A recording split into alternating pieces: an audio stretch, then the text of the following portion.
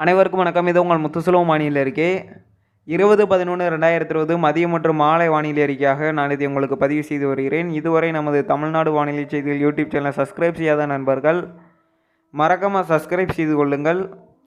இன்றைக்கான மதியம் மற்றும் மாலை வானிலை அறிக்கை பார்க்கலாம். இன்று தமிழகத்தில் முதலில் எங்கெங்கெல்லாம் மழை பெய்ய வாய்ப்புள்ளது என்பதை பார்க்கலாம். இன்று கன்னியாகுமரி, திருநெல்வேலி, தேனி, தென்காசி, விருதுநகர், கோயம்புத்தூர், நீலகிரி, திண்டுக்கல், கிருஷ்ணகிரி, திருப்பத்தூர், வேலூர் உள்ளிட்ட மாவட்டங்களில் இன்று மிதமான மழை முதல் சற்று கனமழை வரை பதிவாக வாய்ப்புள்ளது. உள் தமிழக மாவட்டங்களில் ஒரு சில இடங்களில் மிக கனமழையானது பதிவாக வாய்ப்புள்ளது. இதுதான் இன்றைக்கான மழை பெய்யும் இடங்கள். மற்றும் தென் தமிழகம் மற்றும் டெல்டா மாவட்டங்களில் அப்பப்போது விட்டு மிதமான மழை பெய்யறதுக்கான வாய்ப்பு இருக்கிறது. இதுவுமே ஒரு சில இடங்களில் தான் வெப்பச்சலனம் மற்றும் கிழக்கு காற்று ஈர்ப்பின் காரணமாக பெய்ய வாய்ப்புள்ளது. மேலும் நாம் எதிர்பார்க்கப்பட்ட அந்த நிகழ்வானது, அதாவது காற்றழுத்த தாழ்வு பகுதியாக வலுவடைந்து பின்னர் அது தாழ்வு மண்டலமாக வலுவடைந்து சிறு புயலாக வலுவடைந்து நம்மளை நோக்கி வரும் என எதிர்பார்க்கப்பட்ட அந்த நிகழ்வானது தற்போது காற்று சுழற்சியாக அல்லது ஒரு தாழ்வு நிலையாக இனி வரக்கூடிய மணி நேரங்கள், அதாவது காற்று சுழற்சி இருக்கிறது, இனி வரக்கூடிய மணி நேரங்கள் அது தாழ்வு பகுதியாக நாளை மாறக்கூடும் என எதிர்பார்க்கப்படுகிறது. அதாவது 21ஆம் தேதி நாளை மாறக்கூடும் என எதிர்பார்க்கப்படுகிறது. இந்த தாழ்வு பகுதியானது மேலும் வலு அடைந்து தாழ்வு மண்டலமாக அது இலங்கை கல்முனை வழியாக மன்னார் வளைகுடாவுக்கு வந்து பின்னர் ராமநாதபுரம், தொண்டி மற்றும் வேதாரண்யம் இடையே கரை கடக்கும் என எதிர்பார்க்கப்படுகிறது. நேற்று புதுக்கோட்டை எதிர்பார்த்திருந்தோம், அதாவது ராமநாதபுரம் டு இங்கே எதிர்பார்த்துருந்தோம். தற்போது அதன் சுற்று வேகமானது, அதன் காற்றானது ஈர்ப்பு அதாவது கல்முனை பகுதியில் வரும்போது இந்த வேதாரண்யம் பகுதியில் ஒரு பலத்த காற்று இருக்கும் என எதிர்பார்க்கப்படுகிறது. பலத்த காற்றுன்னு உடனே வேதாரண்ய மக்களை உடனே அச்சப்பட தேவையில்லை.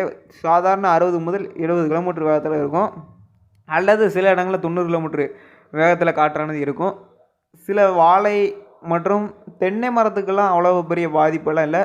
சில தென்னை மரங்கள் வேணால் உழலாமே தவிர பெரிய அளவிற்கெல்லாம் பாதிப்பு இருக்காது. அதனால் முன்னெச்சரிக்கை நடவடிக்கை எடுப்பது தேவை. எங்கன்னா வேதாரண்யம் முதல் தூத்துக்குடி இடையே கடல் பகுதிகளில் முன்னெச்சரிக்கை நடவடிக்கை தேவை அனைத்து மக்களுக்குமே. நம்ம நீண்ட காலமாகவே இந்த பகுதியை தான் குறிவைத்து சொல்லிக்கிட்டு இருக்கோம். அதாவது எங்கன்னா ராமநாதபுரம் மாவட்டத்திலேருந்து இந்த வேதாரண்யம் பகுதியிலிருந்து கன்னியாகுமரி இடையே முன்னெச்சரிக்கை நடவடிக்கை எடுக்கணும்னு நம்ம நீண்ட காலமாகவே சொல்லிக்கிட்டு இருக்கோம். அதில் எந்தவித மாற்றமும் இல்லாமல் தொடர்ந்து இந்த பகுதியை தான் நம்ம குறி வச்சு சொல்லிக்கிட்டு இருக்கோம். எங்கன்னா இந்த ராமநாதபுரம் மாவட்டத்திலேருந்து இந்த வேதாரண்யம் பகுதியில் அதிகமான வாய்ப்பு இருக்குதுன்னு நம்ம சொல்லிக்கிட்டே இருக்கோம். அதாவது டெல்டாவுக்கு போக வாய்ப்பில்லை அப்படின்னு ஒரு வார்த்தை யூஸ் பண்ணியிருந்தோம். டெல்டா மாவட்டங்களாக அந்த வேதாரண்யம் மட்டும்தான் காற்று அதிகமாக இருக்கும். ஏன்னா இங்கே வந்து ராமநாதபுரம் டு அந்த கல்முனை பகுதி, இலங்கையோட கல்முனை, அந்த சிறு தீவுகள் அருகே வரும்போது காற்றானது வேதாரண்யம் வரை தொட வாய்ப்பு இருக்கிறது. அதனால் வேதாரண்யத்தில் கிட்டத்தட்ட 80 முதல் 90 கிலோமீட்டர் வேகத்தில் காற்றானது இருக்கும் என எதிர்பார்க்கப்படுகிறது. அதுவும் உறுதி அல்ல. இப்போ வந்து இந்த தாழ்வு மண்டலம், ஆழ்ந்த காற்றழுத்த தாழ்வு மண்டலம், இந்த சிறு புயலினால் ஒட்டுமொத்த தமிழ்நாட்டுக்கும் மழை கிடைக்கும். முக்கியமாக 24, 25 தேதிகளில் திருவள்ளூர் மாவட்டம் முதல் டெல்டா மாவட்டங்கள் வரை கனமழை முதல் மிக கனமழையானது பதிவாகும்.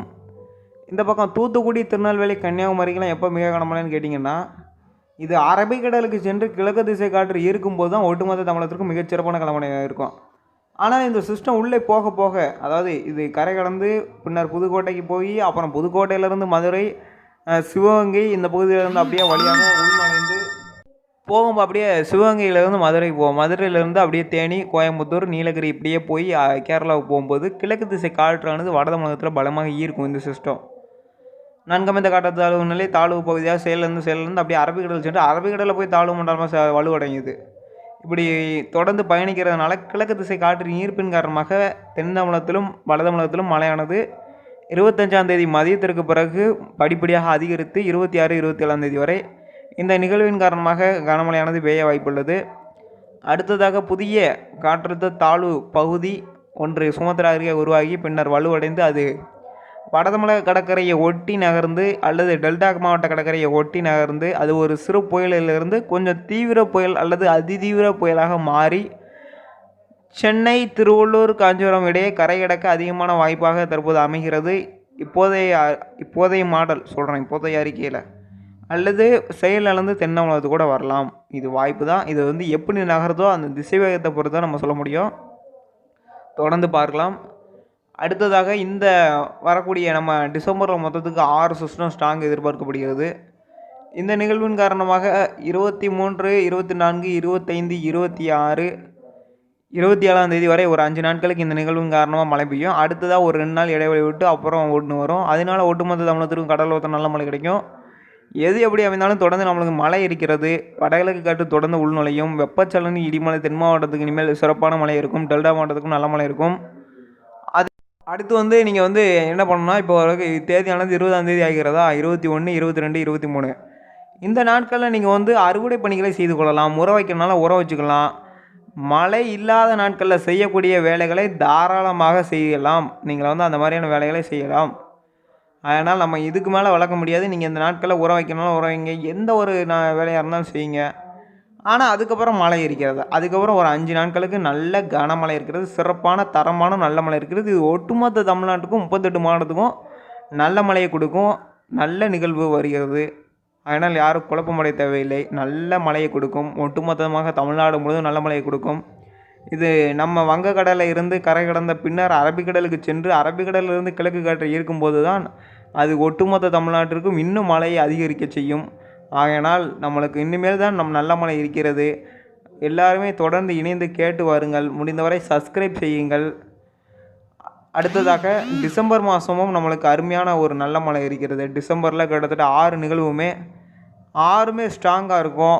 அவ்வளவும் தமிழகத்துக்கு தான் வரும். டிசம்பரை பொறுத்த வரைக்கும் வடக்கே போகவே வாய்ப்பில்லை. இப்போது 2வது ஒன்று வருதுன்னு பார்த்தீங்களா, அந்த டிசம்பர் மாதத்தில் அதாவது நவம்பர் 29ஆம் தேதி ஒன்று வருது. அந்த நிகழ்வானது ஆந்திராவுக்கு கூட போக வாய்ப்பு இருப்பதாக நம்மளுக்கு தகவல் கிடைத்துள்ளது. நம்ம என்னுடைய அறிக்கையின்படி இது சென்னைக்கு போகணும்னு நம்ம சொன்னாலும் கூட சிலவர்கள் இது ஆந்திராவுக்கு போகணும்னு சொல்கிறாங்க. அது எந்த அளவுக்கு போகும்னு நம்மளால் இன்றைக்கு வரைக்கும் எக்ஸ்பிளைன் பண்ண முடியல. அதாவது போனாலும் நம்ம முன்னக்கூட்டியே அறிவிச்சிடலாம். இப்போதைக்கு இது வட தமிழகம் அல்லது டெல்டா மாவட்டத்துக்கு போக அதிகமான வாய்ப்பு இருக்கிறது.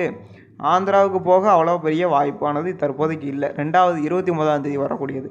இப்போது வரக்கூடியது புது ராமநாதபுரம் டெல்டாவுக்கு இடையே கரை கடக்க அதிகமான வாய்ப்பு இருக்கிறது. பாம்பன் முதல் வேதாரண்யம் இடைப்பட்ட கடல் பகுதியில் கரை கடக்கிறதுக்கு அதிகமான வாய்ப்பு இருக்கிறது. அதனால் அங்கே முன்னெச்சரிக்கை நடவடிக்கை ரொம்ப தேவை.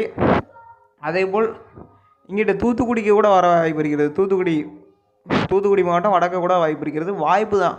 நம்ம எதை சொன்னாலும் வாய்ப்புன்னு நீங்கள் கருதிக்கணும். உறுதி அல்ல. உறுதிப்படுத்தணுன்னா என்னைக்கு பண்ண முடியும்? 2 நாளைக்கு முன்னாடி தான் உறுதிப்படுத்த முடியும். ஏன்னா இது அப்படி அங்கிட்டா குழப்பிக்கிட்டே இருக்கக்கூடிய ஒரு நிகழ்வு. இது ரொம்ப மாற்றம் ஏற்படக்கூடிய ஒரு தாழ்வு மண்டலம். இப்போ நேற்று வரைக்கும் அது ராமநாதபுரம் சொன்ன நிலையில் இன்றைக்கி ராமநாதபுரம் தொண்டியிலேருந்து வேதாரண்யம்னு சொல்லியிருக்கோம். இதில் எந்தவித மாற்றம் இல்லாமல் இருக்கும். ஆனால் இந்த இடத்துல ஏதாவது ஒரு இடத்துல கரை கடப்பது உறுதியாக இருக்கிறது. அதனால் டெல்டாவுக்கும் நல்ல மழை கிடைக்கும். வட தமிழகத்திற்கும் நல்ல மழையானது கிடைக்கும். இனி வரக்கூடிய நாட்களில் மிகச்சிறப்பான நல்ல மழை இருக்கும். அதேபோல் இந்த பக்கம் மேற்கு தொடர்ச்சி மலை மாவட்டங்களுக்கும் ஒரு மிக சிறப்பான நல்ல மழையானது இருக்கிறது. ஏரி குளங்கள்லாம் நிரம்பும். கண்டிப்பாக உள்ள அணைகள்லாம் நிரம்பும். நீங்கள் செய்ய வேண்டிய வேலை இப்போது வரக்கூடிய அந்த தாழ்வு மண்டலம் கொடுக்கக்கூடிய மழையை நீங்கள் சேமியுங்கள். நீரை சேமியுங்கள். நல்ல மழையை கொடுக்கும். இப்போ வரக்கூடியதெல்லாம் நல்ல மழை கொடுக்கும். நல்ல ஒரு சூழல், அதாவது இதன் குணாதிசயம் நல்ல மழையை கொடுக்கக்கூடிய ஒரு நல்ல ஒரு சிறு புயலான காற்று புயல் கிடையாது. இது காற்றும் இருக்கும், மழையும் இருக்கும். மழை தரக்கூடிய ஒரு நிகழ்வு. இதைத்தான் நம்ம கடந்த 2 வாரமாக சொல்லிக்கிட்டு இருக்கோம். அடுத்த நிகழ்வுமே அது ஆந்திரா இல்லைன்னா வட தமிழகம் இல்லைன்னா டெல்டா, இங்கே ஏதாவது ஒரு இடத்துல கரை கடக்க அதிகமான பிரகாசமாக வாய்ப்பு இருக்குது. ஆனால் இது ஆந்திராவுக்கு போகும்போது ஆந்திராவுக்கும் போக வாய்ப்பானது குறைவாக தான் இருக்குது. டெல்டாவில் கரை கடக்கான வாய்ப்பானது குறைவாக தான் இருக்கிறது. வட தமிழகத்தில் கரை கடக்கான வாய்ப்பானது குறைவாக இருக்குது. அப்போனா எங்கே சார் போகும் அப்படின்னா இலங்கையின் மீது கரை கடந்த தென் தமிழகம் வர அதிகமான வாய்ப்பாக இருக்கிறது. அதனால் யாரும் கவலைப்பட தேவையில்லை. நல்ல மழை இருக்கும். அரபிக்கடலுக்கு சென்ற பிறகு கிழக்கு திசை காற்று இப்போ வடகிழக்கு பருவமழை காற்றானது சீராக வந்து கொண்டு இருக்கிறது. இந்த காற்றை வலுவடை செய்வதற்காக இந்த வரக்கூடிய இந்த தாழ்வு மண்டலம் வரும்போது வடகிழக்கு பருவமழை தீவிரமடைந்தது என்று இந்திய வானிலை மையம் அறிவிப்பார்கள். அடுத்ததாக இது கரை கடந்து தமிழ்நாட்டில் கரை கடந்து பின்னர் அரபிக்கடலில் சென்று அரபிக்கடலில் வலு பெறும்போது மீண்டும் வடகிழக்கு பருவமழை வலுவடைந்து ஒரு 3 நாட்கள் அந்த நிகழ்வானால் மழையானது கிடைக்கும். தென் தமிழகத்திற்கு இந்த சிஸ்டத்தினால் ஒரு 7-8 நாட்களுக்கு நல்ல மழை இருக்கிறது. அடுத்ததாக வரக்கூடிய நிகழ்வுமே நம்மளுக்கு நல்ல மழையை கொடுக்கும் என எதிர்பார்க்கப்படுகிறது. தொடர்ந்து இணைந்திருங்கள். முடிந்தவரை சப்ஸ்கிரைப் செய்யுங்கள். இனிமேல் வரக்கூடிய நாட்கள்லாமல் நம்மளுக்கு மழை காலம் தான். ஜனவரி 10ஆம் தேதி வரை நம்மளுக்கு ஜனவரி 10ஆம் தேதி வரை பருவமழை நீடிக்க வாய்ப்பு இருக்கிறது. அதேபோல் மீனவர்களுக்கான எச்சரிக்கை என்னவென்றால் நீங்கள் நாளை முதல் கடலுக்கு மீன்பிடிக்க செல்ல வேண்டாம். தென் மாவட்ட மீனவர்கள் நாளை முதல் கடலுக்கு மீன்பிடிக்க செல்ல வேண்டாம்.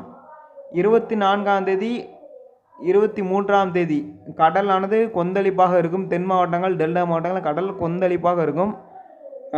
கடும் சீற்றமாக இருக்கும்.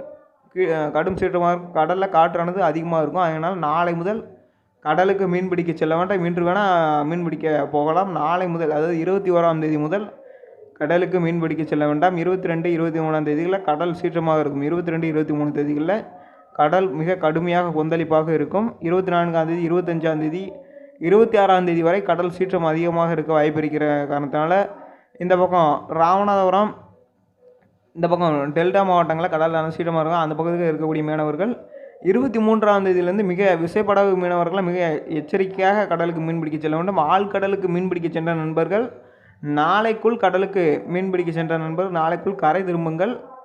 இந்த செய்தியை மற்ற நண்பர்களுக்கு எடுத்து சென்று அவர்களையும் பயனடைய செய்யுங்கள். மீண்டும் ஒரு வானிலை அறிக்கையில் மாலை வானிலை அறிக்கையில் இணைவோம். நன்றி, வணக்கம்.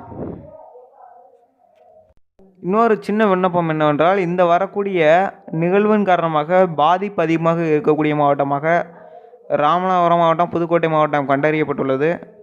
அந்த மாவட்டங்கள் மிக ஜாக்கிரதையாக இருக்க வேண்டும். அதேபோல் மழை நீரை சேமியுங்கள். பெய்யக்கூடிய இந்த மழை, இப்போ வரக்கூடிய மழையெல்லாம் நல்லா மழை பெய்யும். இந்த மழை நீரை சேகரியுங்கள். ஒட்டுமொத்தமாக 6 செக்ஷனுக்கும் தமிழ்நாட்டில் இருக்கக்கூடிய மேற்கு தொடர்ச்சி மலை மாவட்டங்கள், தென் மாவட்டங்கள், டெல்டா மாவட்டங்கள், வட தமிழகம், கர்நாடக எல்லையோர மாவட்டங்கள், உள் தமிழகம் என அனைத்து மாவட்டங்களுக்குமே இது நல்ல மழை கொடுக்கும். அதனால் அனைத்து மாவட்டத்தில் இருக்கக்கூடிய நண்பர்களும் மழை நீரை சேகரியுங்கள். 38 மாவட்டத்துக்கும் கனமழை உறுதி. புதுச்சேரி, காரைக்காலுக்கும் கனமழை உறுதி. அதனால் மழைநீரை சேகரியுங்கள். மறக்காமல் சப்ஸ்கிரைப் செய்யுங்கள். நன்றி, வணக்கம். இன்னொரு வானிலை அறிக்கையில் சந்திப்போம். நன்றி.